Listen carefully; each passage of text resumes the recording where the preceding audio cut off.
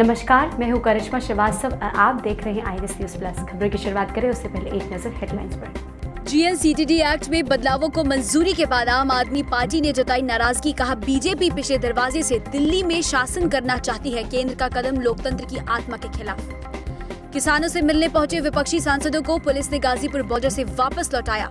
हरसिमरत कौर ने कहा, 13 लेवल की बैरिकेडिंग अपने लोगों के बीच जो अपने हक की लड़ाई लड़ रहे हैं, कहां तक जायज है। प्रियंका गांधी ने रामपुर पहुंच नवरीत सिंह के परिवार से की मुलाकात। नवरीत के परिवार से मुलाकात कर व्यक्त की संवेदना। ट्रैक्टर मार्च के दौरान ट्रैक्टर पलटने से गई थी जान। 26 जनवरी के दिन किसानों की ट्रैक्टर रैली के दौरान एक हादसे में एक किसान की मौत हो गई थी। इस किसान का नाम था नवरीत सिंह। कांग्रेस के महासचिव प्रियंका गांधी रामपुर पहुंची। नवरीत के परिवार वालों से उन्होंने मुलाकात की, उनकी मां से मुलाकात की और नवरीत की आखिरी अरदास में उन्होंने अपनी संवेदना व्यक्त की है। कांग्रेस महासचिव प्रियंका गांधी ने गुरुवार को रामपुर में नवरीत के परिवार से मुलाकात की। 26 जनवरी के दिन किसानों की ट्रैक्टर रैली के दौरान एक ट्रैक्टर पलटने से हुए हादसे में नवरीत की जान चली गई थी। प्रियंका गांधी नवरीत की अंतिम अरदास में पहुंची और नवरीत की मां के साथ बैठकर संवेदना व्यक्त की और परिजनों से मुलाकात की। आपको ये भी बता दें कि सुबह जब कांग्रेस महासचिव प्रियंका गांधी अपने काफिले के साथ निकली तो एक हादसा भी हो गया। यूपी में हापुड़ रोड पर प्रियंका गांधी के काफिले में शामिल 4 वाहन आपस में टकरा गए। गनीमत रही कि इस हादसे में किसी को चोट नहीं लगी। बताया जा रहा है कि प्रियंका गांधी के काफिले में शामिल अगली कार के ड्राइवर ने अचानक ब्रेक लगा दिए थे, जिसके बाद पीछे चल रही कारों की आपस में टक्कर हो गई। टक्कर के बाद सड़क पर कांग्रेस समर्थकों की भीड़ लग गई और प्रियंका तुम संघर्ष करो, हम तुम्हारे साथ हैं के नारे वहां मौजूद लोगों ने लगाने शुरू कर दिए। प्रियंका के काफिले में उत्तर प्रदेश कांग्रेस के अध्यक्ष अजय कुमार लल्लू सिंह भी मौजूद रहे। ब्यूरो रिपोर्ट, खबर आई। केंद्रीय कैबिनेट ने जीएनसीटीडी एक्ट में प्रस्तावित बदलावों को मंजूरी दी है। इसके हिसाब से अब केंद्र सरकार लेफ्टिनेंट गवर्नर की ताकत बढ़ाने पर योजना बना रही है, जिस पर दिल्ली सरकार ने नाराजगी जाहिर की है और दिल्ली के डिप्टी सीएम मनीष सिसोदिया ने कहा है कि अब केंद्र सरकार दिल्ली सरकार के कामों में दखल देने की कोशिश कर रही है। केंद्र सरकार ने दिल्ली के संविधान को संशोधित करके केंद्र शासित प्रदेश के उपराज्यपाल के अधिकारों को बढ़ा दिया है। इस बात के सामने आने के बाद से ही आम आदमी पार्टी इससे बेहद नाराज है और केंद्र पर चुनी हुई सरकार की शक्तियां कम करने का आरोप लगा रही है। वहीं दिल्ली के डिप्टी सीएम मनीष सिसोदिया ने कहा है कि केंद्र सरकार ने गोपनीय तरीके से दिल्ली के चुने हुए मुख्यमंत्री और मंत्रियों के अधिकार छीनकर एलजी को देने के लिए जीएनसीटीडी एक्ट में बदलाव किया है। अब दिल्ली की चुनी हुई सरकार के पास निर्णय लेने की शक्ति नहीं होगी। दिल्ली की सरकार को बनाने का जो कानून है, जिसे जीएनसीटीडी एक्ट कहते हैं, उसमें बदलाव करके केंद्र सरकार अब एलजी को इतनी पावर देने जा रही है कि वो दिल्ली की चुनी हुई सरकार के काम रोक सकें। दिल्ली की चुनी हुई सरकार के पास अब निर्णय लेने की शक्ति नहीं होगी, वो एलजी के पास होगी। एलजी का मतलब है केंद्र सरकार के पास होगी, केंद्र की बीजेपी की सरकार के पास में होगी। स्टेट गवर्नमेंट, जिसको जनता चुनती है, दिल्ली की जनता चुनती है, उसके पास में अब डिसीजन लेने की पावर नहीं होगी। और बहुत ही गोपनीय तरीके से, बहुत चुपचाप खुफिया तरीके से कल इन्होंने ये कैबिनेट में कानून लेके आए और उसको पास किया।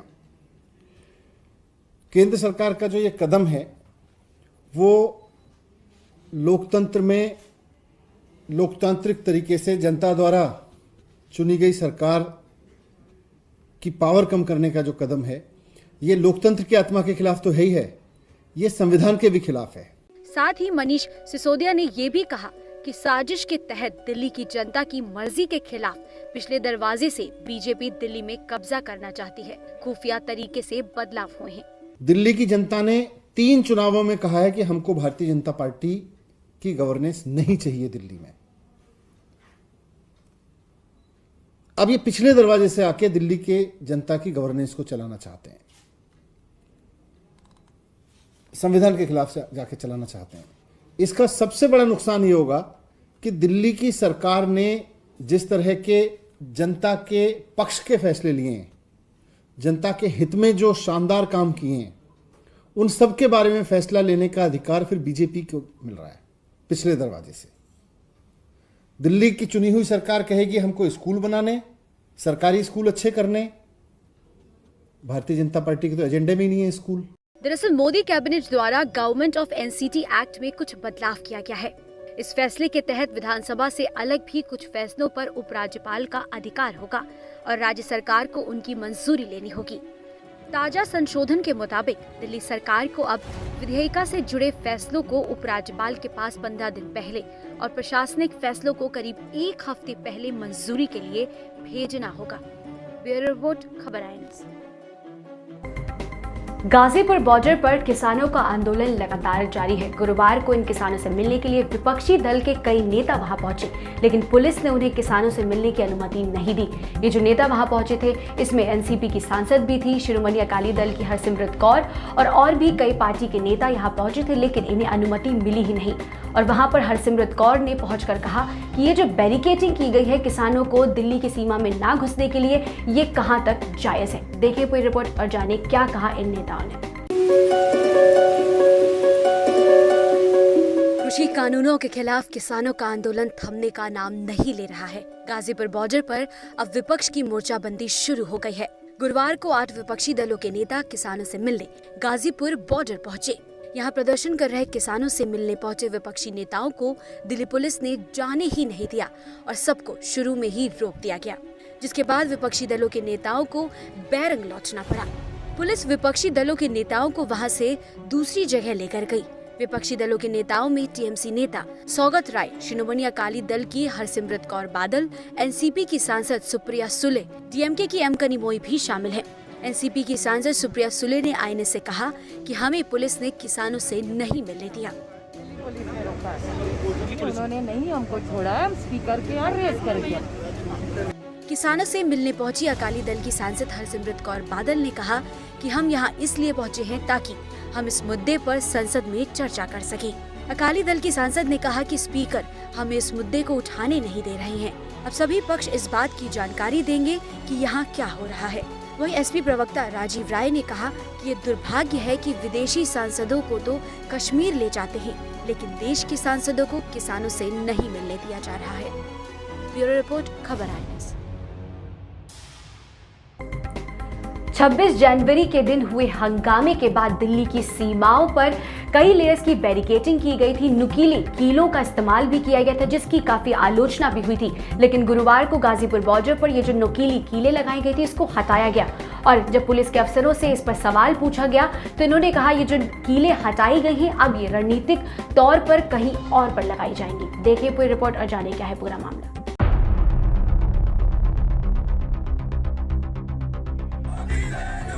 गाजीपुर बॉर्डर पर किसानों की बढ़ती संख्या और गणतंत्र दिवस परेड के बाद बने हालातों को देखते हुए बॉर्डर पर सुरक्षा कर्मियों की संख्या बढ़ाई गई है। साथ ही जिस तरह से दिल्ली पुलिस की तरफ से गाजीपुर बॉर्डर पर नुकीली कीलें लगाई गई, कटीले तार लगाए गए, कंक्रीट की बैरिकेडिंग की गई, उसके बाद काफी सवाल खड़े हुए कि इस तरह की कीलेबंदी क्यों। विपक्षी दलों ने किसानों की इस तरह की कीलेबंदी की खूब आलोचना की थी। चारों तरफ से फजीहत होने के बाद दिल्ली पुलिस ने गाजीपुर बॉर्डर पर किसानों को रोकने के लिए लगाई गई नुकीली कीलों को हटा दिया है।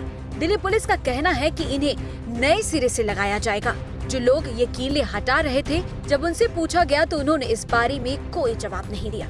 दिल्ली पुलिस के एक वरिष्ठ अफसर ने INS को बताया कि हम इन कीलों को रणनीतिक रूप से दूसरी लोकेशन पर लगाना चाह रहे हैं, इसलिए यहाँ से हटाया गया है। अब जिधर जरूरत पड़ेगी हम उधर इन कीलों को लगाएंगे। दूसरी तरफ भारतीय किसान यूनियन ने इन कीलों को हटाने पर कहा कि ठीक फैसला लिया गया है। किलाबंदी करके बातचीत का माहौल नहीं बन सकता है, देर आए दुरुस्त आए। कृषि कानून के खिलाफ दिल्ली की सीमाओं पर किसानों का विरोध प्रदर्शन जारी है। ऐसे में पुलिस प्रशासन द्वारा बॉर्डर्स पर सुरक्षा व्यवस्था चाक चौबंद कर दी गई थी। वहीं लोहे की कीलों को जो है सड़कों पर बिछा दिया गया था ताकि किसानों को बॉर्डर दिल्ली सीमा पर जो है आने नहीं दिया जाए। आप मेरे हाथ में देख सकते हैं, इस तरह से लोहे की तमाम कीलों को जो है सड़कों पर लगाया गया था, लेकिन आज सुबह इन सभी कीलों को हटा लिया गया है और पुलिस प्रशासन का इस बात कहना है कि हम इन्हें रणनीतिक तरीके से फिर से किसी और लोकेशन पर लगाएंगे। वहीं जब कीलें हट गईं तो भारतीय किसान यूनियन की तरफ से इस फैसले का स्वागत किया गया और कहा गया कि किलाबंदी में वार्ता नहीं हो सकती है। बहरहाल अब ये देखना होगा कि इसके अलावा कहीं और इन कीलों को लगाया जाएगा या नहीं। Mohammed Shoaib, INS TV, Ghazipur border. प्रधानमंत्री नरेंद्र मोदी ने गुरुवार को उत्तर प्रदेश के गोरखपुर में आयोजित चौरी चौरा शताब्दी समारोह का उद्घाटन किया। 100 साल पहले आज के ही दिन चौरी चौरा घटना हुई थी और ये घटना भारत के आजादी की लड़ाई की एक ऐतिहासिक घटना है। देखिए पूरी रिपोर्ट और जानिए प्रधानमंत्री मोदी ने क्या कहा।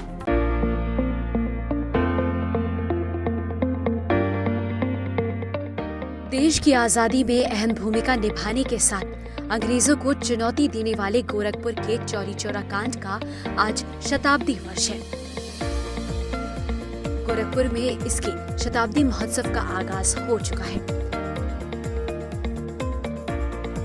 प्रधानमंत्री नरेंद्र मोदी ने देश की आजादी की खातिर अपना जीवन बलिदान करने वाले बलिदानियों को नमन किया। प्रधानमंत्री नरेंद्र मोदी ने कार्यक्रम को ऑनलाइन संबोधित करते हुए कहा कि ये दुर्भाग्य है, चौरी चौरा के शहीदों की जितनी चर्चा होनी थी वो नहीं हुई। शहीदों का खून हमारी मिट्टी में मिला हुआ है जो हमें प्रेरणा देता है। दुर्भाग्य है कि चौरी चौरा के शहीदों के जितनी चर्चा होनी थी बहुत अधिक चर्चा नहीं हो पाई। इस संग्राम के शहीदों को, क्रांतिकारियों को इतिहास के पन्नों में भले ही प्रमुखता से जगह न दी गई हो, लेकिन आजादी के लिए उनका खून देश की माटी में जरूर मिला हुआ है, जो हमें हमेशा प्रेरणा देता रहता है। इसके साथ ही कृषि कानून को लेकर मचे बवाल पर किसानों को लेकर पीएम मोदी ने कहा कि बजट के अंदर किसानों का भी ध्यान रखा गया और मंडियों को मजबूत करने के लिए राशि दी गई है। करीब 1000 मंडियों को ई-नाम से जोड़ने का फैसला लिया गया है। ये पिछले 6 सालों में किसानों के लिए लगातार प्रयास किए गए हैं। इसका परिणाम देश ने कोरोना काल में देखा भी है। महामारी की चुनौतियों के बीच भी हमारा कृषि क्षेत्र मजबूती से आगे बढ़ा और किसानों ने रिकॉर्ड उत्पादन करके दिखाया। हमारा किसान अगर और सशक्त होगा तो कृषि क्षेत्र में ये प्रगति और तेज होगी। इसके लिए इस बजट में कई कदम उठाए गए हैं। मंडियों किसानों के फायदों का बाजार बने, इसके लिए 1000 और मंडियों को इनाम से जोड़ा जाएगा। यानी मंडी में जब किसान अपनी फसल बेचने जाएगा तो उसे और आसानी हो जाएगी। वो अपनी फसल कहीं भी बेच सकेगा। चौरी चौरा घटना की शताब्दी के अवसर पर गुरुवार से गोरखपुर समेत प्रदेश के सभी जिलों में अलग अलग कार्यक्रम होंगे जो पूरे साल चलेगा। चौरी चौरा शहीदों के सम्मान में यह अब तक का सबसे बड़ा कार्यक्रम होगा। ब्यूरो रिपोर्ट, खबर आई। एक हफ्ते के विराम के बाद एक बार फिर तेल के दामों में गुरुवार को वृद्धि दर्ज की गई है। तेल कंपनियों ने पेट्रोल और डीजल के दामों में बढ़ोतरी की गई है और राजधानी दिल्ली में पेट्रोल के दाम 33 पैसे प्रति लीटर बढ़ा दिए गए हैं, जिसके बाद दिल्ली में पेट्रोल की कीमत 86 रुपये 65 पैसे हो गई है। देखिए पूरी रिपोर्ट और जानिए प्रमुख शहरों में क्या है तेल का दाम। पेट्रोल और डीजल के दाम में एक सप्ताह बाद गुरुवार को फिर वृद्धि दर्ज की गई है। पेट्रोल का भाव देश की राजधानी में फिर एक नई ऊंचाई पर पहुंच गया है। दिल्ली में पेट्रोल 86 रुपये 65 पैसे और डीजल 76 रुपये 83 पैसे प्रति लीटर हो गया है। आपको बता दें कि अंतर्राष्ट्रीय बाजार में कच्चे तेल के दाम में आई तेजी के बाद पेट्रोल और डीजल के दाम में वृद्धि हुई है। पेट्रोल का भाव दिल्ली में 35 पैसे, कोलकाता में 32 पैसे, मुंबई में 34 पैसे और चेन्नई में 31 पैसे प्रति लीटर बढ़ा है। वहीं डीजल के दाम में दिल्ली में 35 पैसे, कोलकाता में 33 पैसे, मुंबई में 37 पैसे और चेन्नई में 33 पैसे प्रति लीटर का इजाफा हुआ है। आम बजट में 2021-22 में पेट्रोल और डीजल पर नए उपकर लगाए जाने पर हालांकि दाम नहीं बढ़े थे, मगर अब कच्चे तेल में तेजी से बढ़ने लगे हैं। अंतर्राष्ट्रीय बाजार में कच्चे तेल के दाम में तेजी बनी हुई है। वित्त मंत्री निर्मला सीतारमण ने आम बजट पेश करते हुए पेट्रोल पर 2.5 रुपए और डीजल पर 4 रुपए प्रति लीटर की दर से कृषि और बुनियादी ढांचा विकास उपकर लगाने का ऐलान किया था। इंडियन ऑयल की वेबसाइट के अनुसार पेट्रोल के दाम प्रति लीटर दिल्ली में बढ़कर 86 रुपए 65 पैसे हो गए हैं, कोलकाता में 88 रुपए 1 पैसे, मुंबई में 93 रुपए 20 पैसे और चेन्नई में 89 रुपए 13 पैसे हो गए हैं। वहीं अगर डीजल के दामों की बात करें तो डीजल की कीमत प्रति लीटर दिल्ली में 76 रुपए 83 पैसे हो गई है, कोलकाता में 80 रुपए 41 पैसे, मुंबई में 83 रुपए 67 पैसे और चेन्नई में 82 रुपए 4 पैसे प्रति लीटर हो गई है। गौरतलब है कि नए साल में पेट्रोल और डीजल की कीमतों ने रिकॉर्ड ऊंचाई हासिल की है। इससे महंगाई बढ़ने के आसार दिख रहे हैं। खासकर डीजल के दाम बढ़ने का असर कई सेक्टर पर हो सकता है। ब्यूरो रिपोर्ट, खबर INS। फिलहाल INS न्यूज प्लस बुलेटिन में इतना ही। इजाजत दीजिए, नमस्कार।